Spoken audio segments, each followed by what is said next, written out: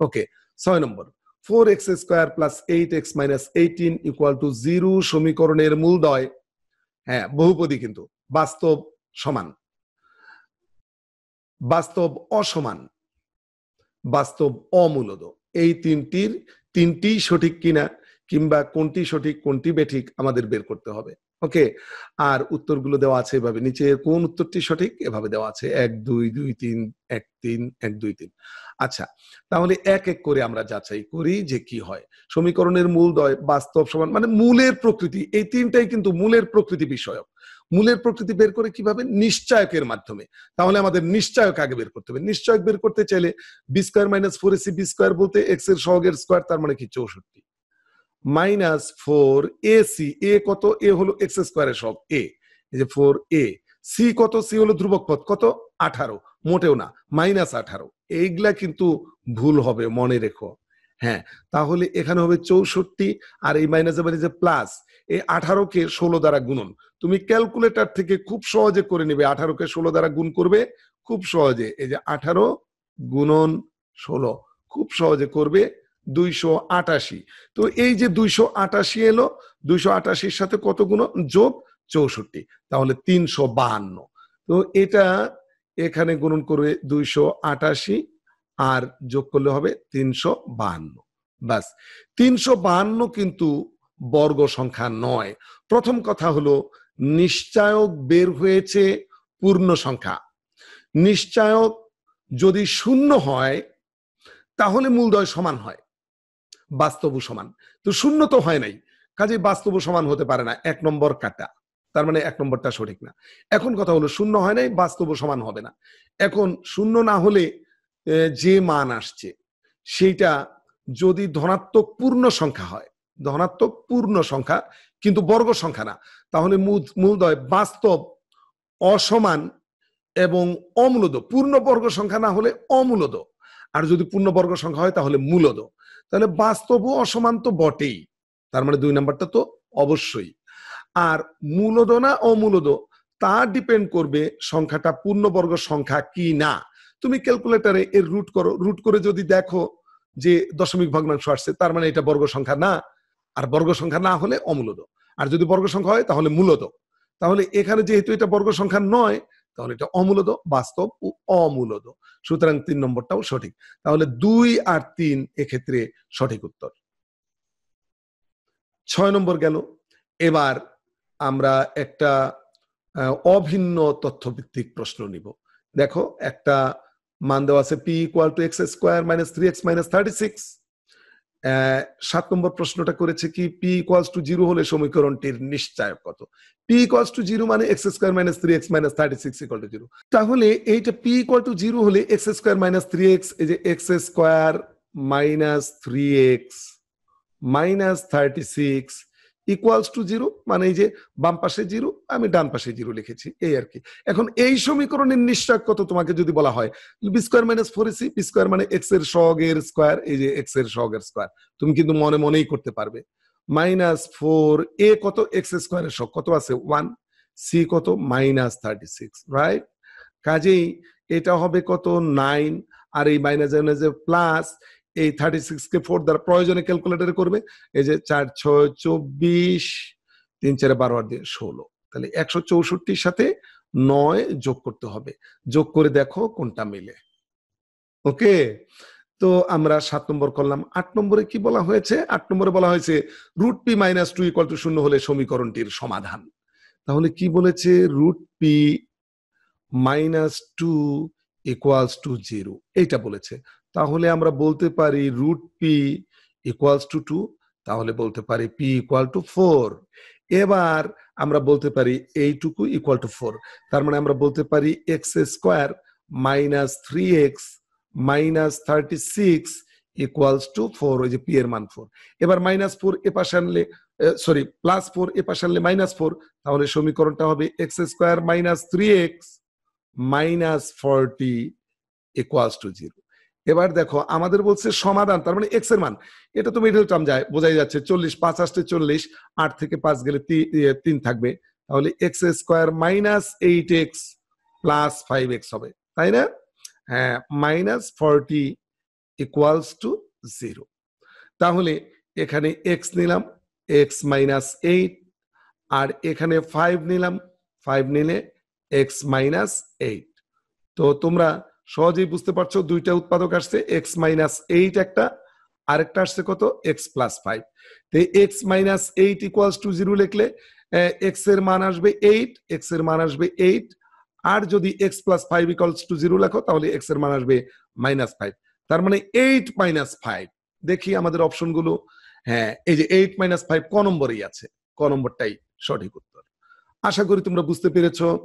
এরপরে 9 নম্বরের প্রশ্নটা দেখি। X square minus x minus 13 equal to 0 সমীকরণটির একটি মূল, হ্যাঁ কোনটা, একটি মূল।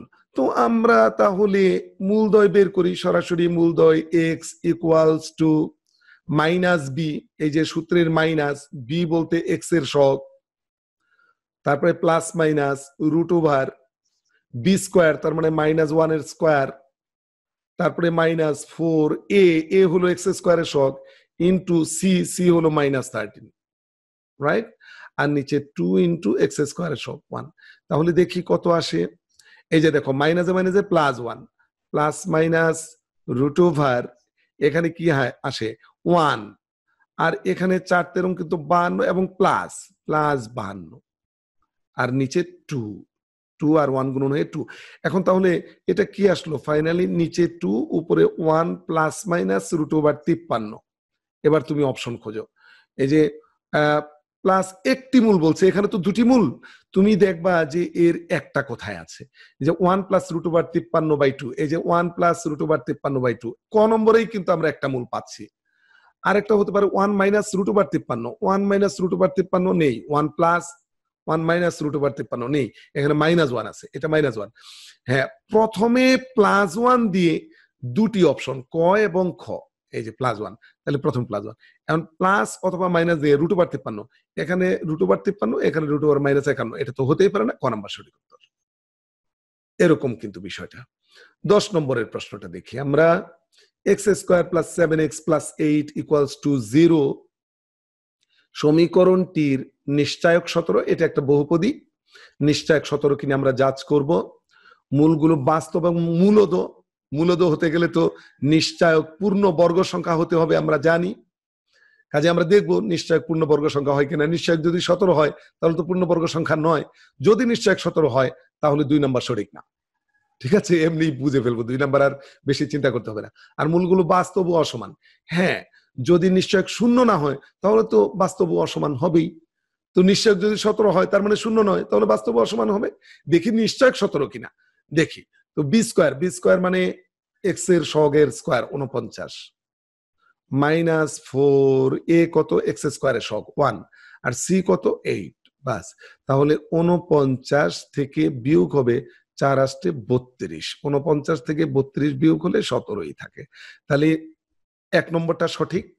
আর নিশ্চয়ক যেহেতু 17, এটা পূর্ণ বর্গ সংখ্যা নয়, সুতরাং মূলগুলো মূলদ হতে পারে না, সুতরাং এটা ভুল।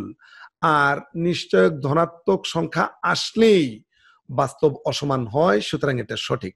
তাহলে 1 ও 3 সঠিক। নিচের কোন উত্তরটি সঠিক, 1 ও 3 আছে গ নম্বরে, গ নম্বরটা সঠিক। আশা করি বুঝতে পেরেছো। এবার 11 নম্বর, হ্যাঁ সমীকরণটির মূলদ্বয় দেখো। এখন তো খুব ঝামেলা সমীকরণের মূলদ্বয়, আমাদের তাহলে মূলদ্বয় বের করে নিতে হবে। হ্যাঁ, দুটি পদ্ধতিতে কিন্তু করা যায়, আমি দুটি পদ্ধতিতেই দেখাবো, আর তোমার জন্য সুইটেবল কোনটা সেটাও বলবো পরে। আগে আমরা সরাসরি মূল বের করি।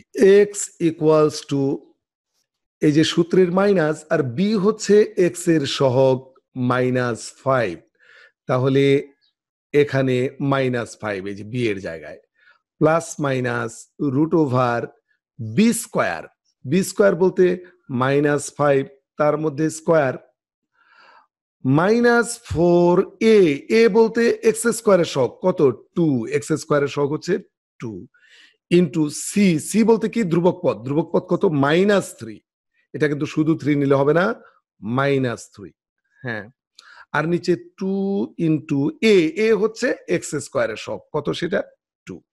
এবার দেখো এই মানটা কত আসে। এই যে আমি এত ডিটেল করলাম, তুমি যখন এমসিকিউ করবে তুমি কি এত ডিটেল করবে? মোটেও না। আমি বুঝানোর জন্য এত ডিটেল করছি, আর তুমি যখন করবে তখন খুব শর্টকাট করবে। এই ক্যালকুলেশন গুলো চোখে চোখে করে ফেলা সম্ভব খাতা কলম না নিয়েই, তাই না? এবং সেটাও ডিপেন্ড করবে তুমি কতটুকু আগে প্র্যাকটিস করেছো তার উপর।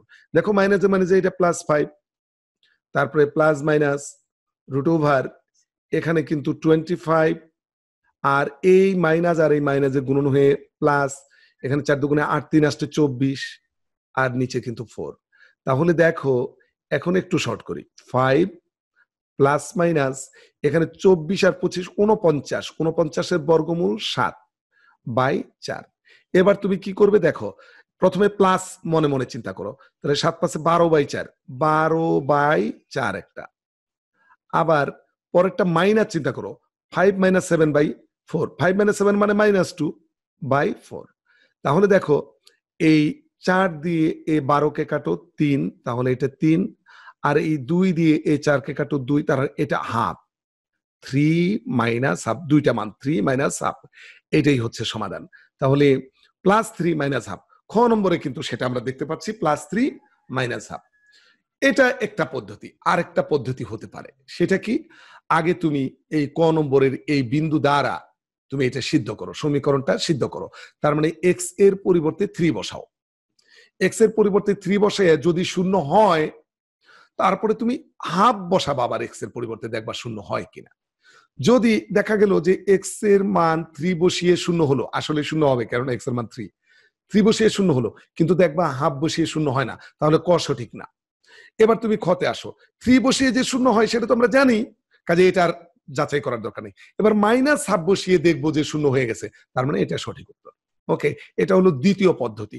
তো দ্বিতীয় পদ্ধতিটা ম্যাক্সিমাম ক্ষেত্রে প্রয়োগ হয়, ম্যাক্সিমাম ক্ষেত্রে।